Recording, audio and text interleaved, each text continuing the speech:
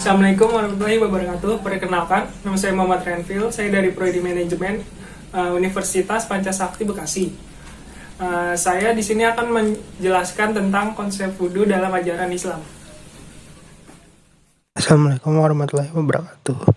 Saya Muhammad Renvil akan menjelaskan tentang konsep wudhu dalam ajaran Islam. Wudhu.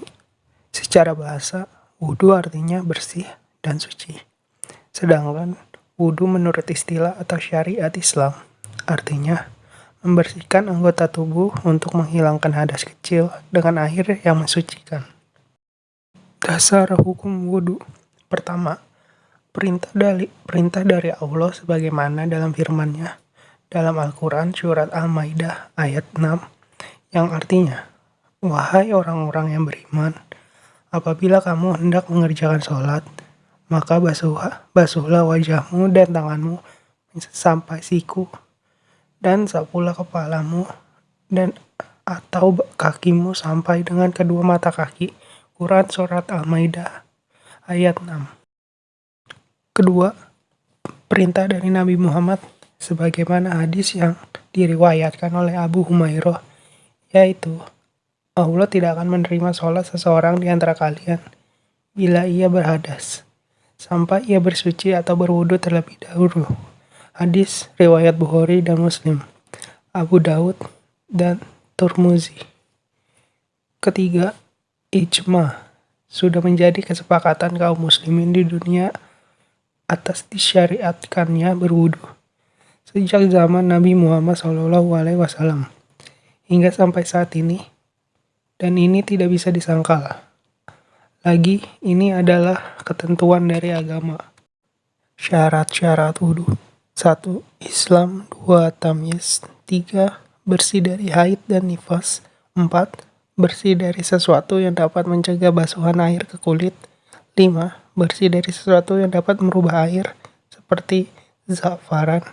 6. Mengetahui kefarduan daripada wudhu. 7. Tidak meyakini kefarduan atau kewajiban daripada rukun-rukun wudhu adalah sunnah. 8. Memakai air yang suci dan mensucikan. 9. Masuknya waktu sholat. 10. Mualah. Fardu wudhu. Pertama, niat. Kedua, membasuh muka. Ketiga, membasuh kedua tangan hingga siku. Keempat, mengusap sebagian kepala. Kelima, membasuh kedua kaki ke mata kaki. Keenam, tertib. Hal yang wajib dilakukan dalam wudhu. Pertama, niat. Niat berwudhu harus dibaca pada basuhan pertama wajah, bukan sebelum atau setelah basuhan pertama. Kedua, membasuh wajah. Membasuh wajah pada saat berwudhu memiliki batasnya, mulai dari tempat tumbuhnya rambut kepala sampai ke bawah dagu. Sedangkan batas lebar wajah yaitu di antara dua telinga. Ketiga, membasuh tangan hingga siku. Wajib saat berwudhu seseorang untuk membasuh kedua tangan hingga siku dan wajib membasuh perkara yang ada di kedua tangan tersebut. Keempat, mengusap sebagian kepala atau sebagian rambut. Selanjutnya adalah mengusap kepala atau sebagian rambut, asalkan tidak melebihi bagian kepala seperti ujung rambut wanita. Kelima, membasuh kedua kaki hingga kedua mata kaki. Wajib membasuh kedua kaki mulai dari ujung kaki hingga dua mata kaki, dan membasuh seluruh perkara yang menempel pada kaki. Keenam, tertib.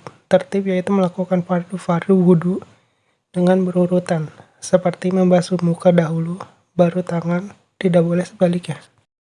Hal-hal yang membatalkan wudhu. Pertama, keluarnya sesuatu melalui kubul atau dubur. Kedua, tidur. Ketiga, menyentuh kemaluan atau kubul maupun dubur.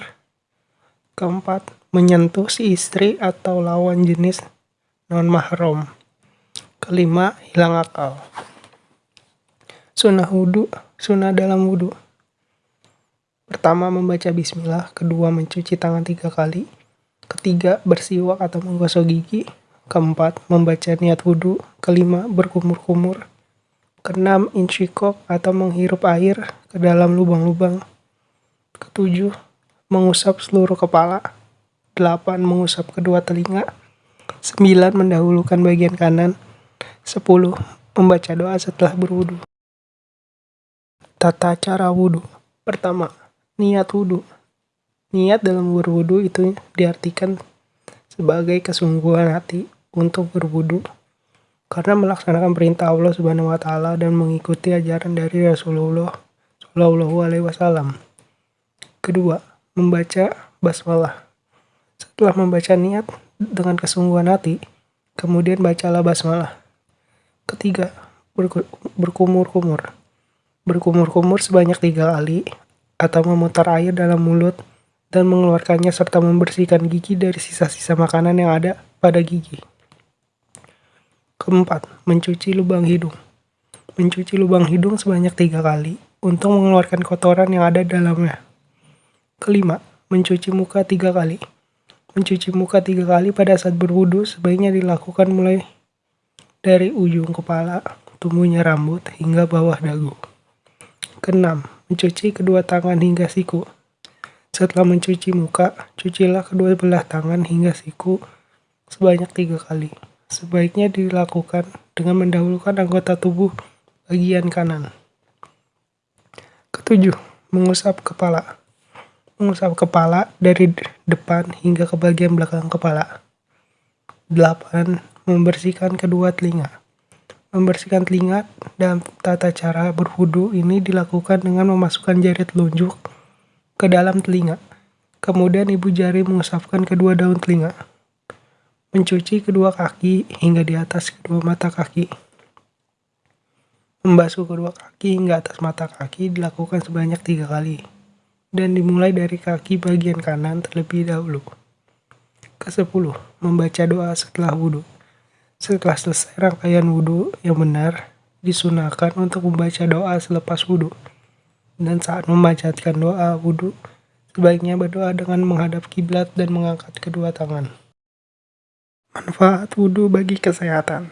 Pertama, mencuci tangan bermanfaat bagi kesehatan dengan cara memijat-mijat bagian jari dan sela-sela jari. Dengan memijat-mijat jari dan sela-sela jari akan membantu melancarkan penyumbatan saraf. 2. Berkumur-kumur. Sangat bermanfaat bagi tubuh karena dapat melindungi mulut dari peradangan dan dapat melindungi gusi agar tidak terjadi peradangan. Ketiga, menghirup air ke lubang hidung dan mengeluarkannya dapat mencegah terjadi ISPA, infeksi saluran pernafasan akut. 4. Membasuh wajah. Dapat membersihkan kotoran-kotoran yang ada di wajah. Kelima, membasuh kedua tangan kanan dan kiri sampai sikut dapat membersihkan sisa-sisa debu dan bakteri yang ada pada lipatan siku. 6. Mengusap kepala dan rambut dapat memberikan dampak yang baik bagi kulit, kepala, dan memberikan kesegaran. Ketujuh, membersihkan telinga kanan dan kiri dapat membersihkan sisa-sisa debu dan bakteri yang ada pada telinga. Kedelapan, membasuh kaki kanan dan kiri dan memijatnya dengan baik akan menimbulkan rasa nyaman dan tenang. Jenis-jenis air yang sah dan tidak sah untuk wudhu. 1. Air yang suci dan mensucikan. Air seperti ini boleh diminum dan sah dipakai untuk menyucikan atau membersihkan benda yang lain. 2. Air suci tetapi tidak mensucikan. Zatnya suci, tetapi tidak sah dipakai untuk berwudu dan menyucikan sesuatu.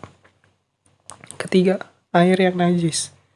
Ada 2 macam, yaitu sudah berubah salah satu sifatnya oleh najis. Kedua, air bernajis, tetapi tidak berubah salah satu sifatnya. 4. Air yang makruh. Air yang makruh adalah air yang terjemur oleh matahari dalam sebuah bejana selain bejana emas atau perak.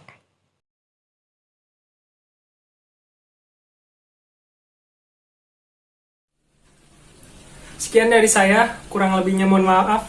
Wassalamualaikum warahmatullahi wabarakatuh.